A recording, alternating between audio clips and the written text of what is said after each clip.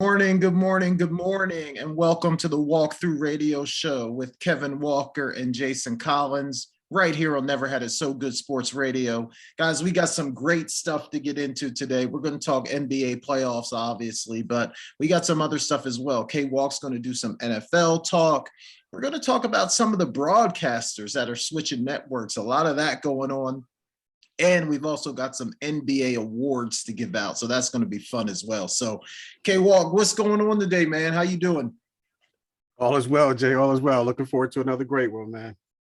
Yeah, man, should be a good one. We got some good topics today. So let's get into it, man. Let's start in the NBA. We got two big game sevens today, man. I'm excited about this. This is going to be a fun day today. Obviously, we got the Celtics and the Bucks kicking things off around 3:30 this afternoon. This has been a great series, man. Just back and forth, back and forth. To me, I mean, watching these games, it feels like Boston is the better team, especially with Middleton being out. But, you got to give Milwaukee a lot of credit. They're hanging in there. Jason Tatum was out of his mind in game 6.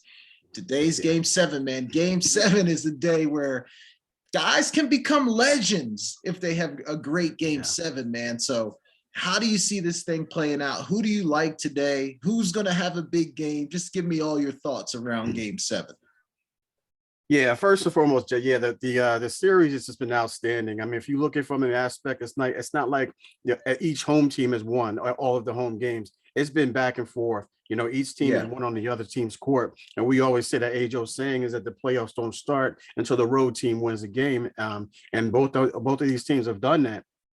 I feel like the Bucks stole a couple of them, to be honest with you. But nonetheless, the Celtics Celtics could have, hung their head and said, wow, we're just snake bitten, but they stayed in there.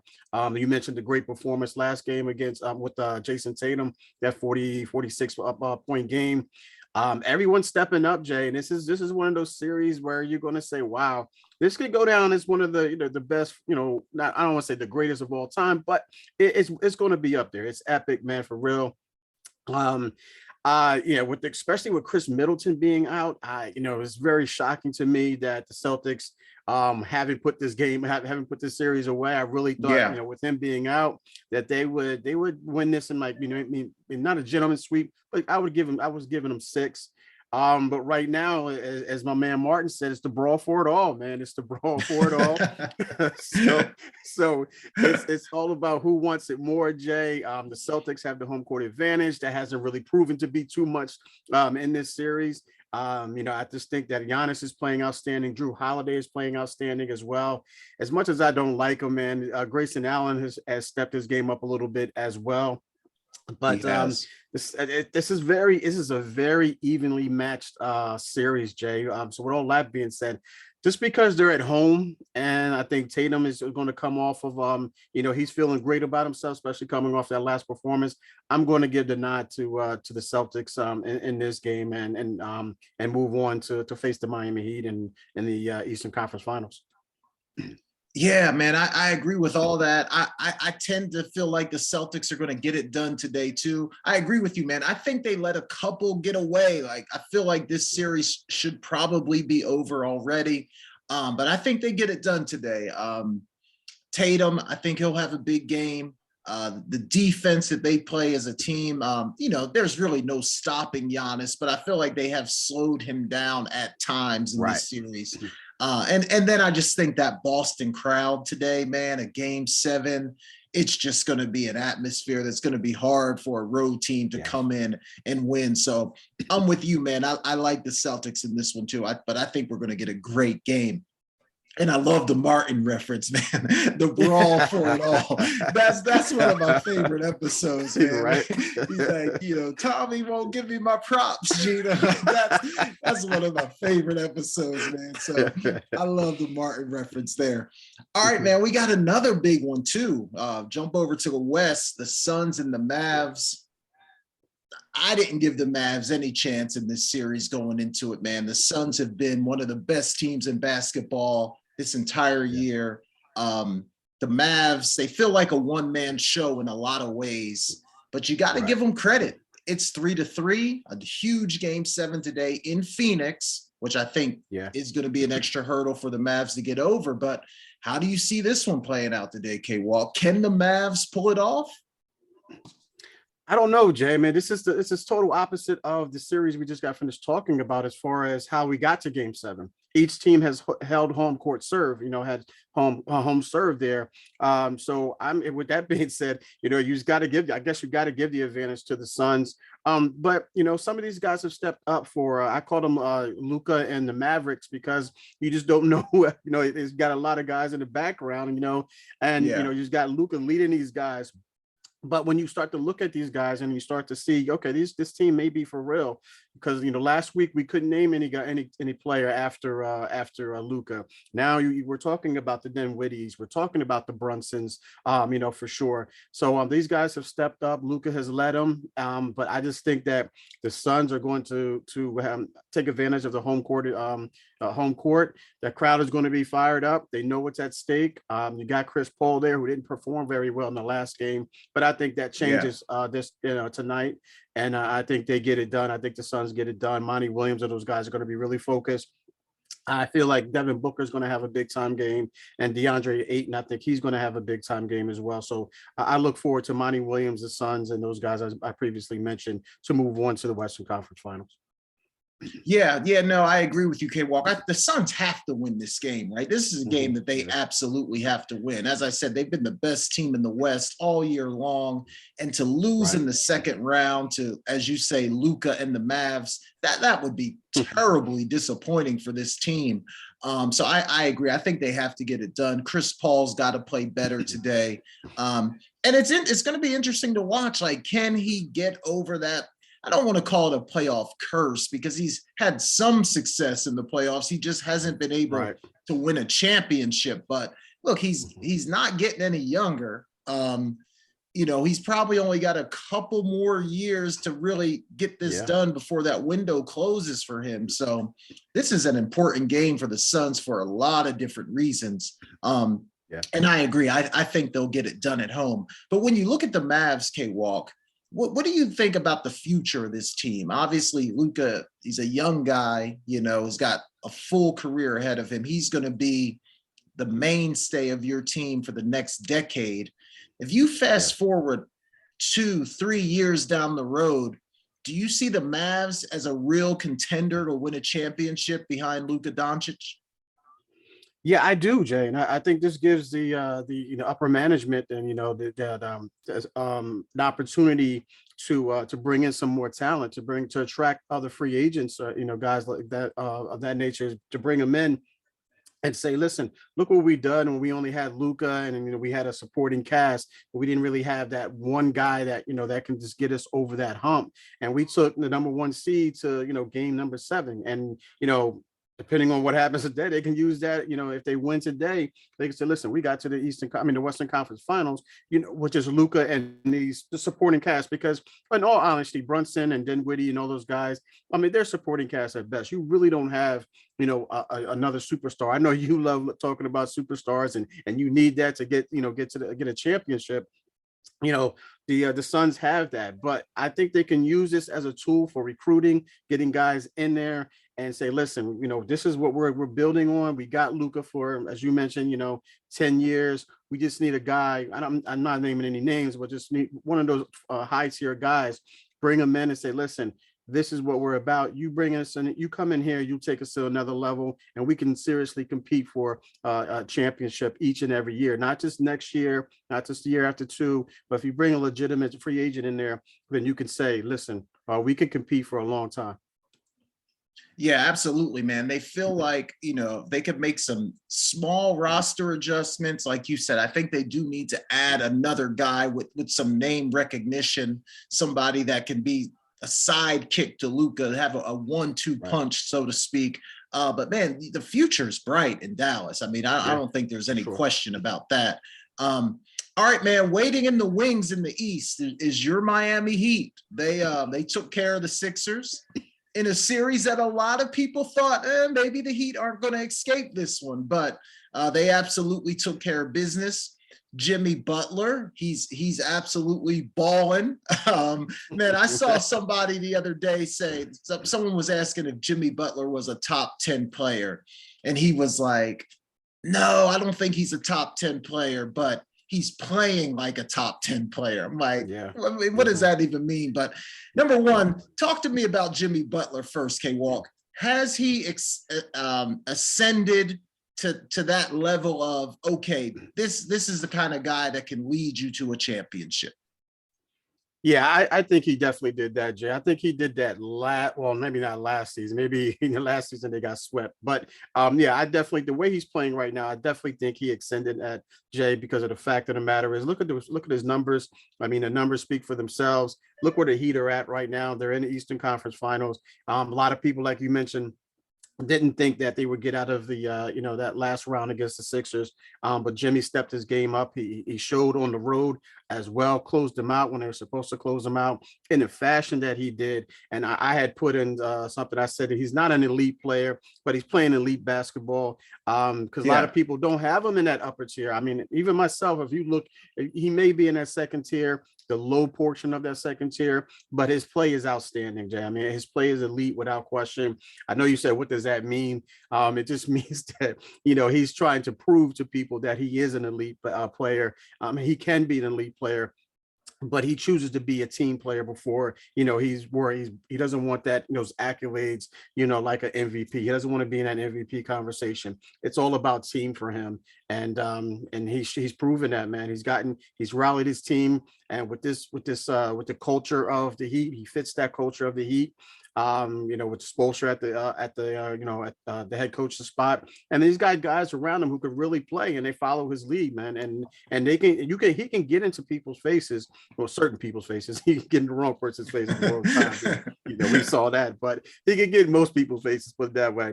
And they'll respond to him, they'll listen to him, and then they'll respond to him. But yeah, I think he's definitely, at the top of his game right now. Elite, I'm just going to say he's playing elite basketball, Jay. I don't know how much that means to you, but I just think that when his team needs him the most, if he needs to score, he will. If he needs to be a facilitator, he will. So I just think he has a great all-around game, to be honest with you, Jay.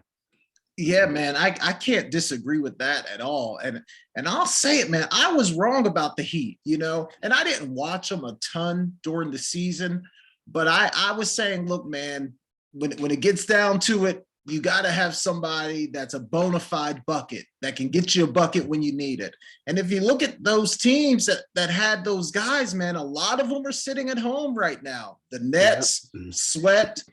LeBron and the Lakers are sitting at home, so maybe we're seeing a kind of changing of the guard where, like you said team and culture. Maybe that's going to start overriding some of the I can get you a bucket when I need to, guys. But you're right, man. The one thing I have said about Miami, though, I think they have the deepest roster in the NBA. I mean, they can bring a lot of different lineups, play a lot of different guys at different times, and they're deep, man. They have a lot of guys that can get you points and that can defend. And like you said, they play team ball. And they're well coached. I never can do a Miami Heat segment without saying that they're well coached. Right. So this is a team, man, that this could be the time for the Miami Heat. This could be the year that they get it done. Now they're waiting in the wings. K-Walk. Do you prefer, just as a Miami Heat fan, take your broadcaster hat off, and just as a fan of the Miami Heat, do you prefer the Celtics or the Bucks? Do you not care who you see? Is there a better matchup for Miami? How do you feel about that? You know what? I always say, when you pose this question to me, Jay, before, I say, listen, it's one of those things, those agents say, be careful what you ask for. We went back and we referenced the Boston Celtics and the Nets were at the end of the season. The fans said, we want Boston. And then we saw what happened with that and how that turned out. So with that being said, I don't prefer, Jay, but if a gun was to my head and I had to choose, I'm going to say I'd rather face the Celtics. I'm not wishing, I'm asking for it, but I'm just doing it for the sake of the show and the question. I'd rather face the Celtics because of the fact of the matter is Giannis is a real problem, and he can easily get Bam into foul trouble. I know, they have Dwayne Dedman there to back up Bam, but I just don't think he's enough to stop Giannis. And like you alluded to earlier, it's like, you can't stop Giannis. You can only hope to slow him down or contain him. And I just think that certain games he's going to be a problem. And I'd rather face a team like a Boston Celtics. They're kind of evenly matched, if you will. But I just think that if you play the Bucks, they have a little bit of an advantage there. And then all of a sudden, Chris Middleton may come out of nowhere, like Willis Reed comes out of nowhere and just leads this team to a championship. So yeah, if I had to choose, Jay, for the sake of the question, I would say Boston. Yeah, no, I think that's a good point too about Middleton, because if time goes on and he gets healthy and can play, I mean, that Bucks team at full strength, they're going to be a tough out for anybody, but we'll see what happens today in Game 7. But no, I agree with you. I think from the outside looking in, that Miami-Boston matchup, that'd be a fun matchup, man. Two good defensive teams as well, going head-to-head. So that one will be fun. It'll all get settled today, man. 2 great Game 7. So I'm definitely looking forward to that.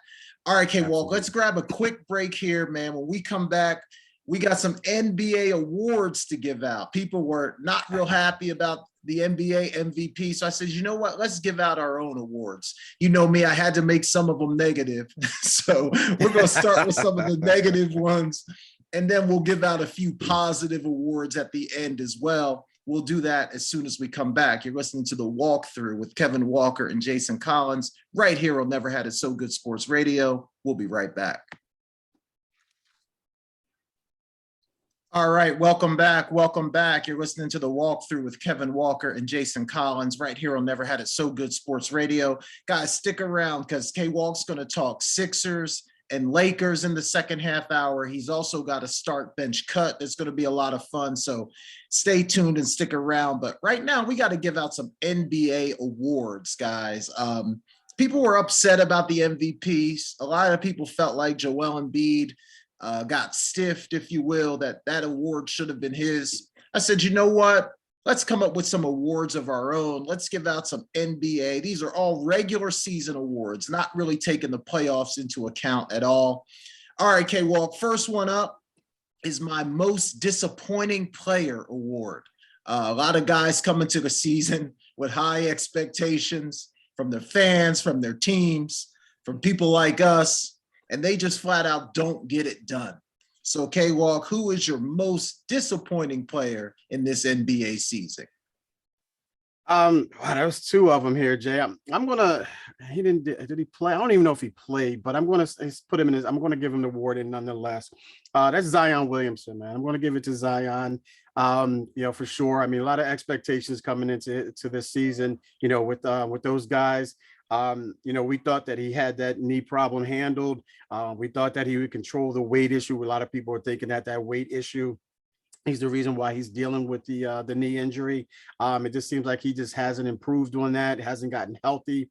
I wanted to see him, especially him coming off of his rookie year, for the latter part of his rookie year when he came in and he showed glimpses of being a tremendous superstar, very athletic. The dunks are phenomenal, but I think they may hinder him, man, for sure. The way he comes down, not only just the way he comes down on that knee, and that with the force of that weight as well. So I'm going to say Zion. It was a toss up. I almost gave a co-MVP there with Kawhi Leonard as well.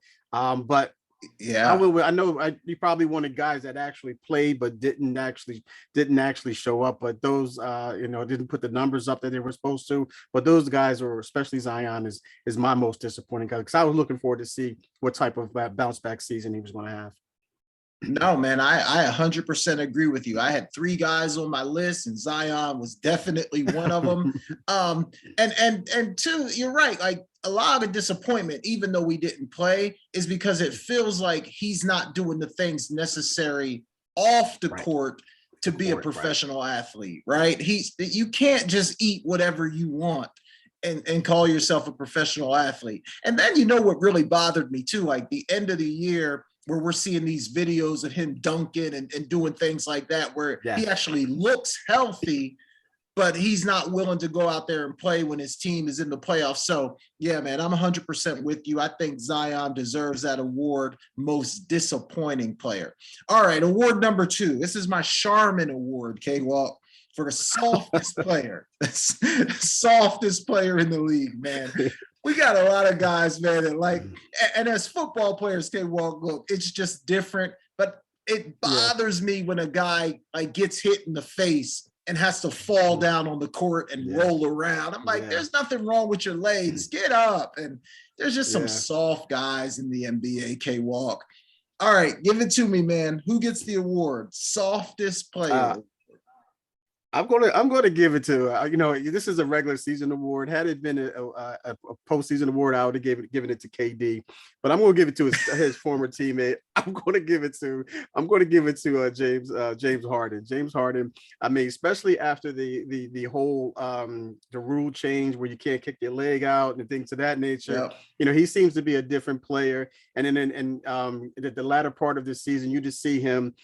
Every time somebody bumps him, every time he goes in there uncontrolled, and he just out there. When he does get hit, he's grabbing, like you said, grabbing his face, grabbing whatever he can to try to get that foul called. So I'm going to give it to James Harden. So I'm going to get a Charmin Award. Love that award name. Charmin Award to James Harden. No, that's a great call, man. That's a great call. I'm gonna go Anthony Davis here, just because this guy can't get out of bed without hurting himself, man. I mean, he's always hurt.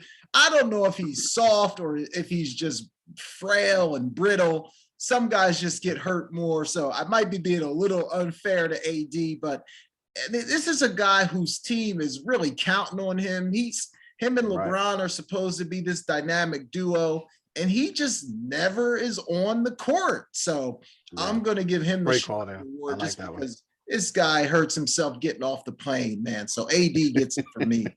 All right. Flopper of the year, K-Walk. Flopper of the year. One of the things, NBA playoffs has been great, but one of the things that bothers me a little bit is the way some of these guys are flopping around on the court. It just makes the officiating tough because you never really know, is that a charge or somebody just flopping? And we got some all-time floppers in the league right now, but who's your flopper of the year, K-Walk?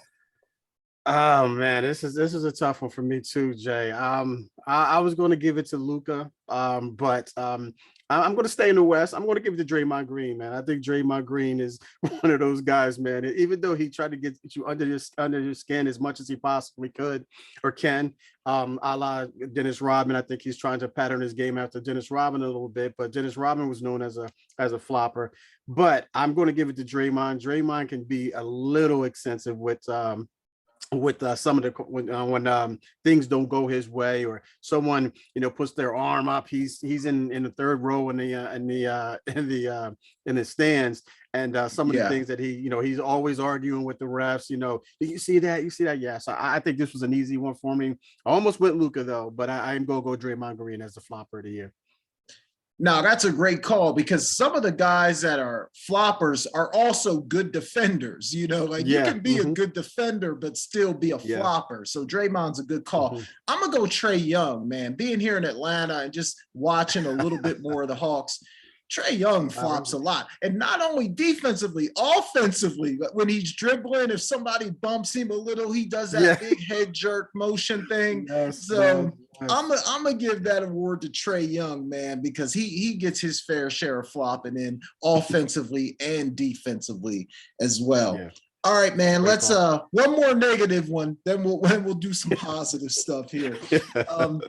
Most overrated player this year. Okay, Walk. A lot of these guys come in. We throw that superstar tag around a little too often, call people great players when maybe they're really just really good players. Who is the most overrated player in the league this year, K-Walk? This year, I'm calling it for this year and this year only, ladies and gentlemen. That's KD, man. I'm going to give the award to KD, Kevin Durant. I just think that, man, he came in this season and we just thought that he was just going to be phenomenal, especially after the Ben Simmons trade as well. And he was just nowhere to be found, man. It just wasn't that I know this is a regular season award, but especially it carried over into that series against the Celtics, and they just got into him. He could easily, if it had been postseason, he can easily have gotten the Sharman Award as well. But I'm going to give the most overrated this year to KD. I just thought that he was just going to take that next step and lead his team to a championship, and they couldn't even get at the first round. So KD for me.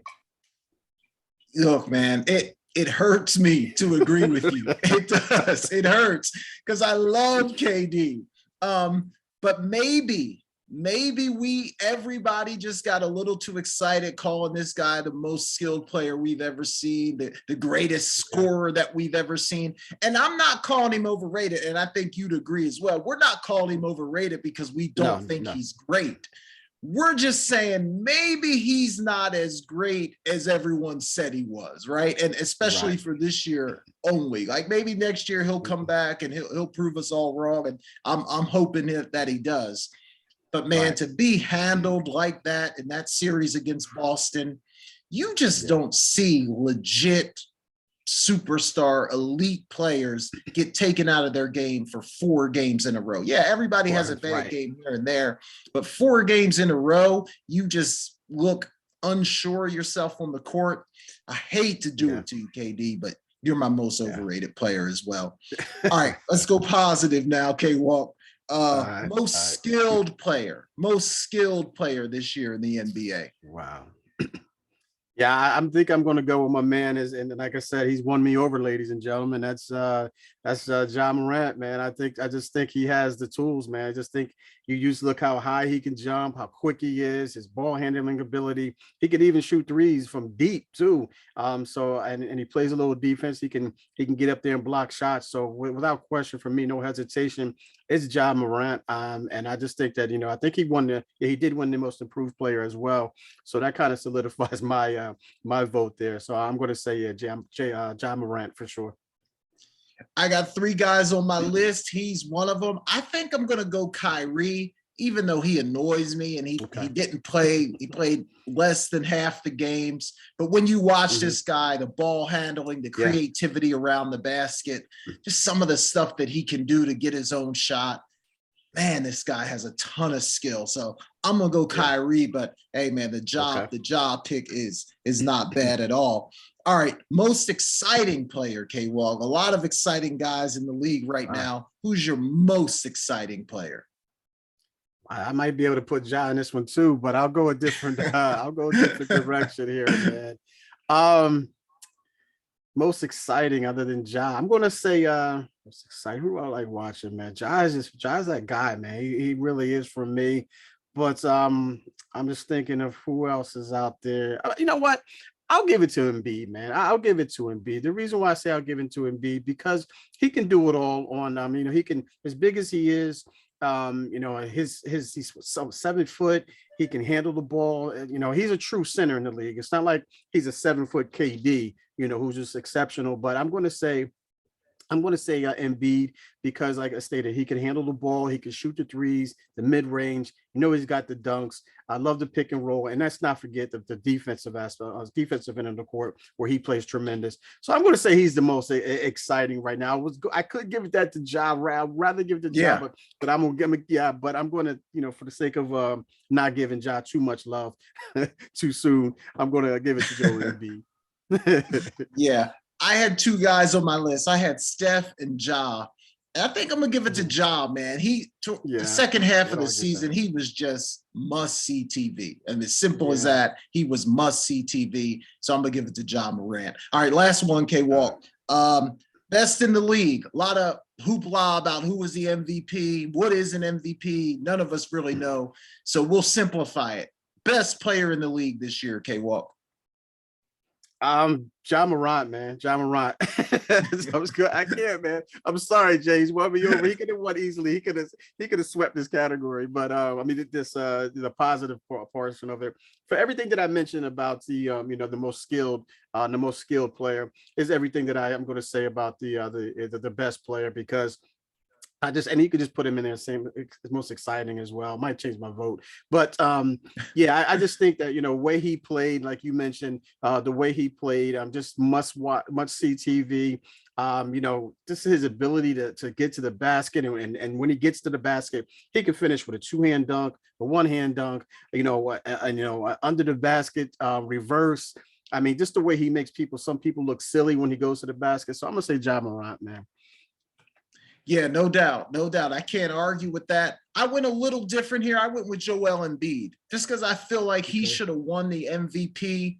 I felt like he was the most dominant, best player in the league all year long. So I went with Joel there. But you're right, man. When you start thinking about Ja Morant, can fast forward the next 5-7 years, he's going to be a lot of fun to watch. All right, good stuff, K-Walk. So those are the official NBA awards.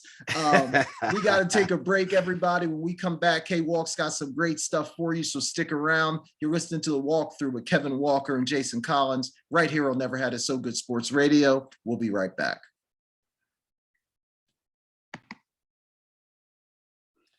Welcome back. Welcome back. You are tuned into the Walkthrough Radio Show with myself, Kevin Walker, alongside Jason Collins, right here on Never Had It So Good Sports Radio. Before the break, we were recapping and giving our predictions of tonight's game sevens between the Bucks and the Celtics, also the Mavs and the Suns. We went over our MVPs list. I love it, Jay. I love it. I think I'm gonna switch mine, Jay. I'm gonna give the most skilled to Ja Morant, and I'm gonna give my best player to Joel Embiid, man. I'm gonna switch that up a little bit. I know it might be too late, ladies and gentlemen, but the more I thought about it, the more I think that's the right way to go. But nonetheless, let's stay on the NBA talk, and I want to talk about the Lakers, Jay. And Jeannie Buss has come out and said in an interview that she's the one who's leading this team. She's told Magic, she's told LeBron, and she told Phil Jackson, and listen, this is my team. I'm going to run this team the way I see fit. No one else has any say into this. So whatever it says, whatever she says goes. Jay, what say you? Is this something that it had to be done? She had to put her foot down as the owner, as the president. What say you about this? And also, what do you see the future looking like for the Sixers? I mean, for the Lakers next season? Yeah, look, that's a good question, K-Walk, because on one hand, like, it feels like the Lakers were a mess, right? That they had too many cooks in the kitchen, no real leadership, a lot of people not sure who's calling the shots. Is LeBron calling the shots? Is somebody in the front office calling the shots? I think Kurt Rambis was in the front office. People were not happy about that. Does Magic still have input?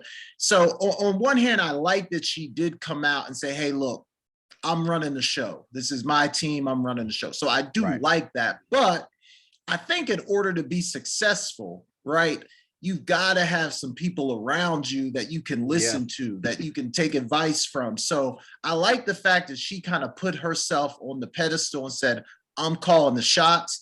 But I think she does need a team of people around her to give input, because nobody can do it alone. But when you look at this team, man, like on paper, if you say, okay, I got LeBron and AD, I'm in pretty good shape, right? The problem is, they don't really have anything else be after that. And they're an old team. They're not an athletic team. They don't shoot the ball well from behind the arc. These are all problems in basketball in 2022. So I think they need to get younger. I think they've got to add more shooters. They've got to have some guys that are better on-ball defenders. They got to figure out what they want to do with Westbrook. He doesn't fit in LA. So I think they got to figure out how to move him and what kind of value they can get back for Westbrook. But again, if you've got LeBron and AD as your cornerstone, you're in pretty good shape. So I think it's fixable. But they've got to add some shooting, and they got to get younger. Yeah, for sure, Jay. I mean, I can't disagree with you there. And going back to Jeannie Buss, like you stated, as far as being a leader, you can't do it. You can't do it by yourself. Great leaders do great things, and then one of the things that you have to do is you have to delegate, and you have to know who you're Yeah. going to delegate to. It's not something say, okay, well, I'm just going to sit here and just say, listen, this is my show. This is my show. I'm running this show. I'm running this, and you don't listen to anyone, and you don't take Yeah. any input. You're going to fail every time. You're going to sit there and, if you're going to be a dictator, then it's not going to work for you too well, especially at this day and age when you got players like you mentioned, like an AD, like a LeBron, who I think that LeBron thinks that he's part GM of that team. I think we've all seen that. But yeah, and also with the Russell Westbrook thing as well. Let me ask you that: do you said that they have to move on to it? Do you think they will? And also, what can they possibly, in your opinion, what can they possibly get for him? And who would you like to see them get and bring in here and say, listen, okay, I bring in this guy. I think they need just one more guy, Jay, just one more guy, maybe two. But with Yeah. that, all that money tied up with those two guys, I don't know how much or what big names you could possibly bring in here. But what say you about that? Yeah. I think they will move on from Westbrook. I think it just didn't look right. It just didn't look like it fit. But Westbrook Right. did say, hey, coach never really gave me an opportunity to be myself. So bringing in a new coach, you never know how he's going to feel about Westbrook. And really, when you look at, I know people have all kind of little highlight videos of Westbrook missing a bunch of shots and calling him Westbrick and things like that. But when you look at his numbers, he's still a pretty productive player, right? Right. So I think, moving him to a different situation, you could probably get back some decent value for him. Somebody to add that would fit well. Like I said before, man, I think they need shooting. So, I mean, if you can look at a guy like Seth Curry, Steph's brother, I know he's in Brooklyn right Right. now. I don't That's a know good his point. contract situation, but somebody like that who can just knock down open shots, because he would get a lot of open shots in LA. I hate to poach from your Miami Heat, but I don't know Victor Oladipo's situation, but He's a guy that, if healthy, he's a very, very good player, right? So I think he's a guy that could fit well. Doesn't have to be the superstar, but man, he could be an excellent third guy in that LeBron, AD, Oladipo, right? But again, I don't know his contract situation. But he's a free agent after this year.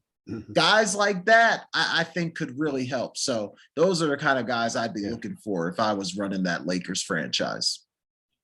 Yeah, I mean, great point. Great call on the Victor Oladipo, because he is a free agent. He's an unrestricted free agent, so he's free to sign with whomever if it doesn't work out in Miami. I know Miami's kicking themselves right now, signing Duncan Robinson to that $90 million deal. And now they got to move on to him because he's not even playing in the playoffs, to be honest with you. Matt Screws is taking over that role. But back to the Lakers. Yeah, I think you bring in a guy, like a Victor Oladipo or someone that can be a shooter. You mentioned Seth. Someone like that, Jay, is exactly what they need. Someone that they can, they can drive and kick out to and hit consistent shots, not just be known as a shooter and you're out there and you're just missing more than you're making. So, I like that look, Jay. I think they will move on to Russell Westbrook. From Russell Westbrook and bringing another guy in there or two guys, like maybe, like you said, a veteran that's not a big name, but can still play and be very complimentary to AD and LeBron. So I like that one, man. Listen, let's go to the East Coast, man. And I want to talk about another team that we don't know what the future holds. They just got eliminated by the Miami Heat this past week. And we're talking about the Philadelphia 76ers. And there's rumblings that, Doc Rivers is not going to be there. He feels as though, he's good with it. If you want to write about it, he feels secure about being there. So, and then we don't know what James Harden said he's going to be there. He has a $47 million player opt-in contract, or for a year. I don't see him walking away from that.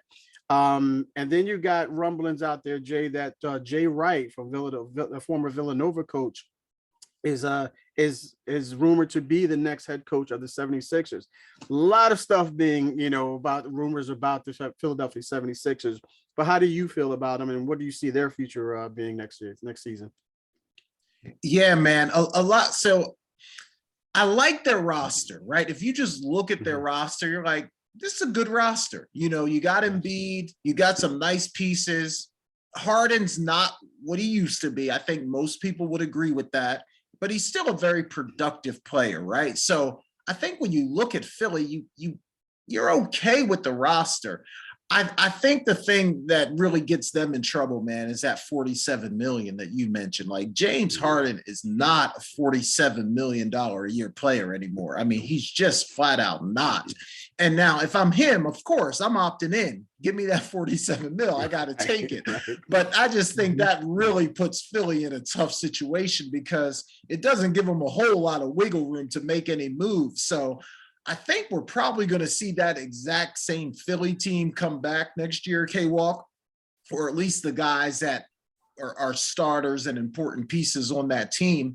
I think the Doc Rivers question is interesting. I know they're saying Doc is fine, Doc is safe, Doc's going to be back, but I don't know, man. Like, look, I know Doc is a championship coach. I'm not saying that, he's not a good coach, but sometimes I just think, I don't really see him making any in-game adjustments at times that really help and make the team better. I know he's preaching, hey, you got to play hard, you got to want it, you got to work for it. All that's great.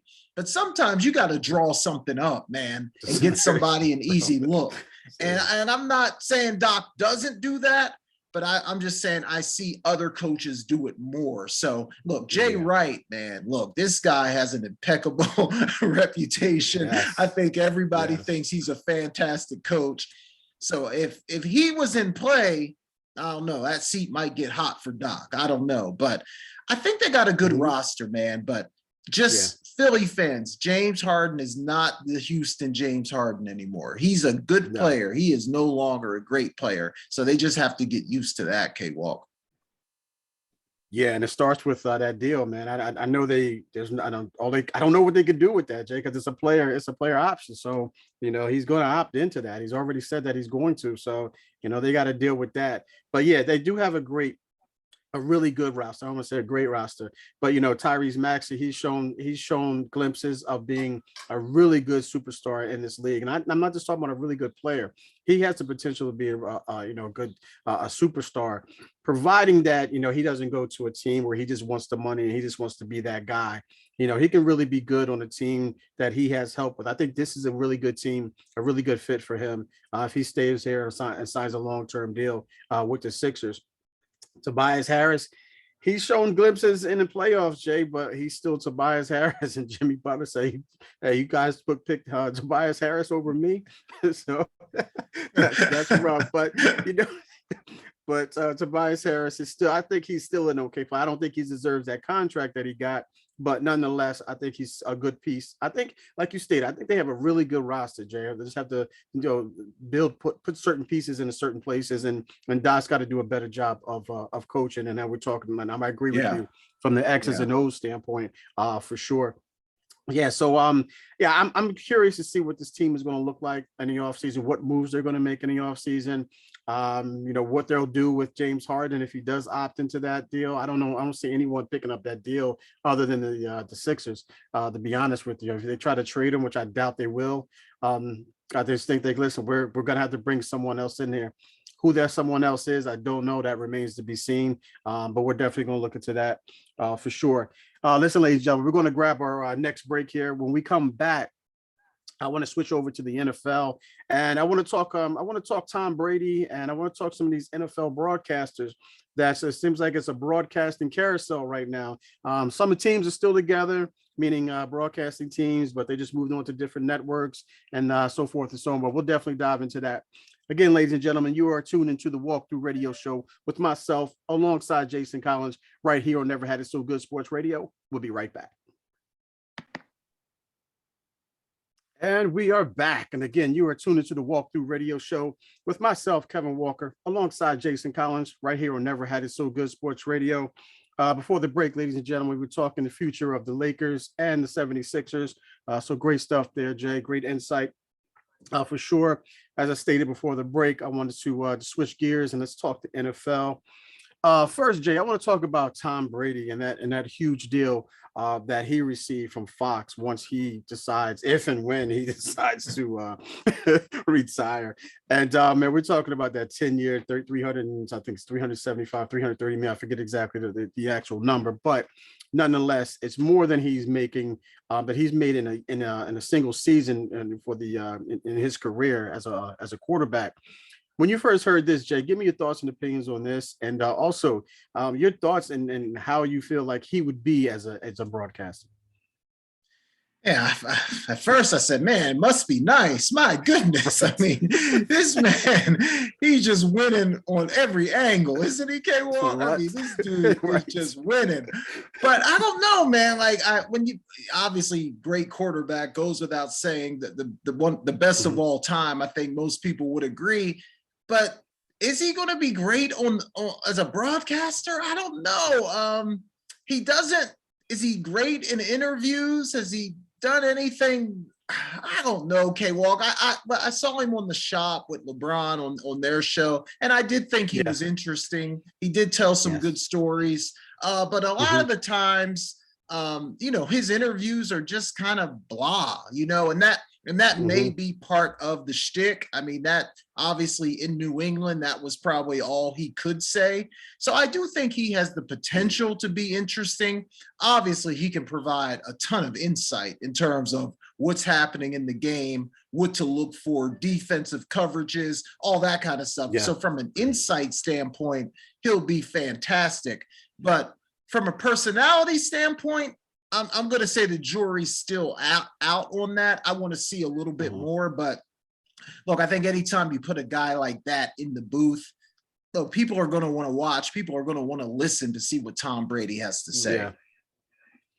Yeah, and we kind of talked about this on my show Wednesday nights, Sports Talk with K-Walk and E. Scott, and some of the things that some of the callers mentioned is like, are you going to watch that game because of Tom Brady, or are you going to watch because it's a big time game? You go in here and you see like, you got a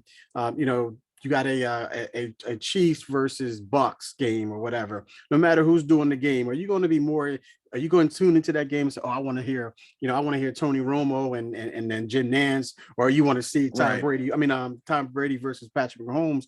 So they made some great points there, because I know some of the games that I watch, Jay, I tend to watch them on mute, depending on who's doing it. But some of the announcers do get me going, man, and I do want to hear them. But with Tom Brady, I'm very curious to see what he's going to sound like you mentioned, the insight, because you get a Tony Romo. Tony Romo gives you a breakdown of even the pre-snap stuff with Tony Romo. He's like, okay, they're going to run in motion, look for this and look for that, things of that nature. I love that. I really love that about Tony Romo, and Jim Nantz also does a great job as well. We'll dive into those guys as well. But I'm listening to Tom Brady, like you say, he's very monotone. You don't see the personality, but sometimes you want to know if you're going to get that Tom Brady on the field type personality, because he's a fiery guy. I'm not saying he has to bring that fire in it, but just a little bit more than we're used to seeing, in those, especially coming from those interviews. It just seems like it's like, this and that, and we don't want to hear that. We don't want to hear that. Yeah, I could do that, Jay. We could do that. You know what I mean? We could do that. But I want to see, 30 plus million a year. I want to see his personality, Jay. I want to hear some funny stories. I want to hear something, but I know he hasn't accepted. It's a long way from that happening, but just to throw it out there to see what he would look like, or what he would sound like, I should say, in there. Right now, there's rumors that he would be teamed up with Kevin Burkhardt. I don't know if you heard that one. That's rumors right now, and obviously Fox. And Kevin Burkhardt, in my opinion, is really good as He's well. Good. Yeah. Really good. But yeah, we're going to see what Tom looks like, and if and when he retires in 2030. I don't know when that's going to be. I'm just throwing a number out there. Yeah. But you just don't see it happen. This is not going to feel right. But you know what, K-Walk? You make a good point, man, because like, I never watch a game because of the announcer. Like, if there's a great game on, but I don't like the announcer, I'm like, oh, I'm not going to watch it because this guy's calling the Right. game. I want to see the Right. game. You know what I mean? So now if there's a couple games that I don't really care about, then maybe I'd rather listen to Romo or our guy Gus Johnson or something like that. Yes. But if it's a big game, I'm watching it. I don't care who's calling the game. So I think that's a good point. Like, how much is he really going to impact viewership? Like, how many people are going to say, oh, I want to watch this just because Tom Brady's calling the game? Right. I don't know too many real football fans that are going to change the channel just because he's calling the game. Exactly. And giving him that much money, Jay, he's going to be doing the big games anyway. He's going that's to be right. of the week on that particular on Fox. So I just don't see it, or maybe on Thanksgiving Day, whatever the case may be. But he's not going to get those. He's not going to get those Jaguars versus Commanders games. He's not going to get any of those. So, but I'm very curious to see what he's going to sound like. Hopefully, we get an opportunity to see that. Well, speaking of broadcasters, Jay, and there's a bit of a carousel. I just want to talk about a few of them, and then because we're running up against the clock. We talked about Jim Nance. We talked about Tony Romo. I want to talk about Joe Buck and Troy Aikman moving from Fox to ESPN, and what that's going to be like, Jay. And are we going to see? Give me your thoughts on that when you first heard the change, and does it mean anything for you as far as watching the game? I know you just kind of alluded to it, but how do you feel about this? Yeah, I guess I wasn't that surprised with the change. I mean, ESPN, the Monday Night Football. So I guess I'm not too surprised with the change. But no, like as we talked about, it's not really going to impact my viewership habits. I like Buck and Aikman. I think they do a really good job, but I really don't care where I watch them at. You know what I mean? So no, that's not really going to impact too much for me, but it was interesting that they both decided to go together, right? Because that shows you like the relationship, the camaraderie that they have with each other, that it was like one of them's, I think Aikman may have gone first, or it could be vice versa, but then the other one's like, all right, I'm going too, let's keep this thing together. So I do think that was pretty cool, but like you said, man, it's not really going to impact how we watch these games. Yeah, and you make a great point about them both leaving together, because if you remember, Joe Buck did baseball. He did baseball on Fox. Yeah. He did the World Series, he did the playoffs, he did the World Series. So that was a big move for him to make, especially on ESPN. I think ESPN may start picking up some of these games as far as the MLB. Because I thought Joe Buck was really good at baseball for sure. He made the playoffs and the World Series sound like it was the playoffs and the World Series. When you hear certain announcers, what time of year it is, and what type of game it's about for sure. Also, real quick, Kurt Herbstreit is going to team up with Al Michaels, and they're going to be on Amazon Prime and also I think that's it, Amazon Prime. But is this surprising for you from Kurt going from college football? Because I thought he was really good at college football to go into doing games with Al Michaels in the NFL. Yeah, because when I think about him, he's a college football guy to me, right? And then to jump over to Amazon and do these Thursday night games, that's going to be an interesting pairing, Al Michaels and Kurt Herbstreit. It's going to be interesting to see how they sound together. But I did look into this morning because I was like, surely he's not leaving ESPN just to do some Thursday night games. So he is still going to do all the same college stuff that he was doing, and he's just going to add this NFL thing to his slate. So I don't know, man. He feels more like a college guy to me. It's going to be interesting to see what it sounds like with him calling an NFL game. For some reason, his credibility, like talking college football, it's like, okay, but it's going to be interesting to see how that translates when he starts talking pro football. So that's going to be interesting to watch. Yeah, for sure. And it just seems like this is kind of like Al Michaels' swan song. It's kind of like in that semi-retired type deal. So we might be hearing in the next year or two that Al Michaels might be hanging it up, because, for him to go to, from Monday Night Football to Sunday Night Football to just doing Thursdays with Kurt Herbstreit, it just sounds like he's kind of slowly but surely bowing out and retiring, in my opinion. But all right, we're up against that clock. So let me let's go to our start bench cut, Jay. And we got the NFC West wide receiver duos. Okay. I got DeAndre Hopkins and Hollywood Brown. The Cardinals just traded for Hollywood Brown. So you got D-Hop and Hollywood. You got Debo and Brandon Ayuk. And you got Cooper Kupp and the newly addition Allen Robinson. Ooh, okay. Man, this is tough, K-Walk. This is tough. I'm going to start Cooper Kupp and Allen Robinson. Allen Robinson's a Penn State guy, so I might be being a little biased there. But and look, Cooper Kupp had a great year. I mean, this guy catches a lot of balls, man. So I'm going to start Cooper and Allen Robinson. I'm going to bench D-Hop and Hollywood just because I think D-Hop, he's really good. And I hate to cut Debo because I love Debo. But I don't really know Brandon Ayuk, man. I'm gonna cut him just for that reason. I'm gonna cut him, man. So that's how I'm gonna do this one. All right, Jay. Just for our guys, man. Right here, I got the jersey. If you can see that, I got the jersey right here, Brandon Ayuk. So All right. The next one I got, we're gonna go to basketball. Excuse me. This is some guys back when we were watching basketball. Jay, some of them were a little. We were a little after high school. It was a little after high school, but nonetheless, prime. Okay. We got Steve Smith. Yep. Okay, we got Glenn Rice, and we got Grant Hill when Grant Hill was healthy. It was all right. Grant Hill when he's healthy. So we got Steve. Well, you wrote them down.